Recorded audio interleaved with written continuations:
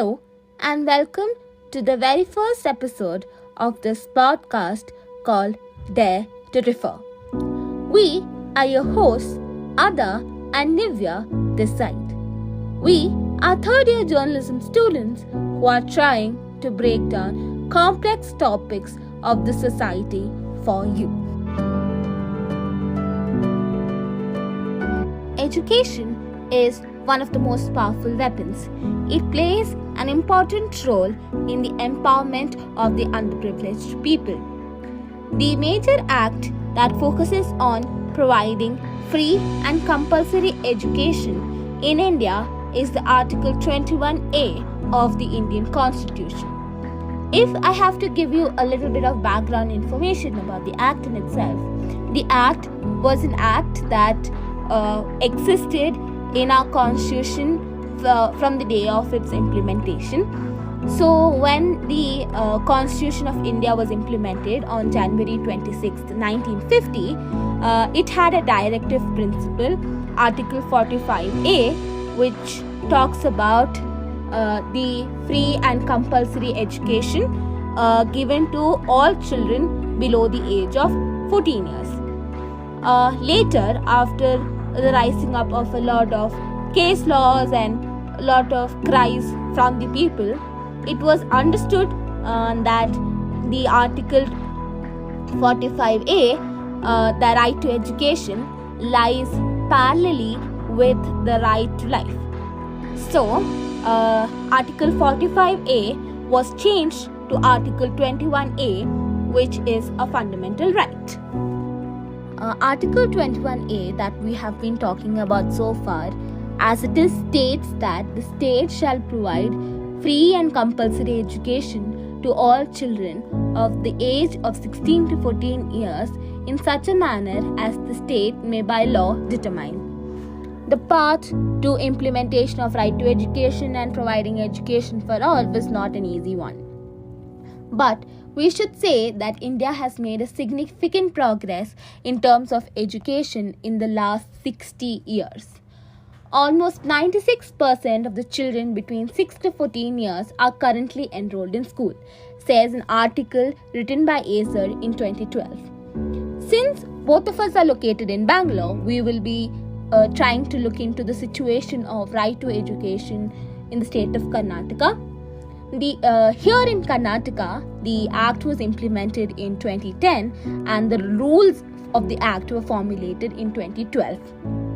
So, if I have to talk about what the Act says here in Karnataka, it says that the government schools will provide free and compulsory education to all admitted children, and similarly, private aided school provides free and compulsory education to all children proportionate to the funding received, which is a minimum of 25%.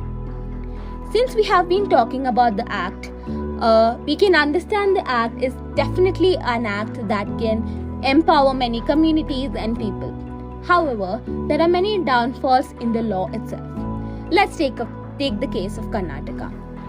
As we all know, the Congress government has been elected in Karnataka very recently, and the Karnataka government, the Congress-led Karnataka government, has brought in a lot of schemes that helps a lot of people. For example, the Shakti scheme. However, they have forgotten altogether any scheme that could help underprivileged children or can better the situation of right to education in the state.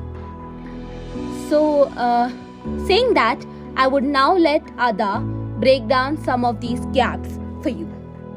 Hi, I'm Ada and I will be addressing the gaps in RTE Act with respect to its implementation in Karnataka. Number 1. Shortage of funds. Electricity, water, cleaning of toilets and maintenance of libraries, playground, labs and others. The RTE has prescribed that all these infrastructure norms should be met within 3 years of the Act coming into force in a state, and the recognition of a school should be withdrawn if it does not meet the norms after the deadline. Now, we ask, why are government schools exempt from the application of this law? Also, it is claimed after re-verification that only 38 schools in Karnataka do not have toilet facilities and that all others have drinking water, unlike previous reports. However, one has to view these numbers in the context of the fact that the RTE norms themselves are not very stringent. For instance, they do not prescribe how many toilets there should be for how many students. Also, according to a statement of the Karnataka High Court, it was said that the state of sanitation facilities inside washrooms are pathetic and that no parent would like sending their children there. According to the analysis of Karnataka's latest budget of 2023-24, Karnataka has allocated 11% of its expenditure on education, which is lower than the average allocation of 14.8% for education by states in 2022-23. Also, this budget is 1.4% lower than last year. Now, coming to Rule 4 of the RTE Act, what is it? As per this amendment, a child can be admitted to a private school under RTE quota only if there are no government or aided schools in the locality. In this light, in 2023, there is zero admission RTE quota in 9 education districts across Karnataka: Bangalore North, Chikmagalur, Hassan, Kodagu, Madhugiri, Raichur, Shirshi, Uttara Kannada, and Vijayanagar. This highlights a plummeting interest in student admissions through RTE quota. Now, let's talk about the student-teacher ratio. Ideally, experts believe it to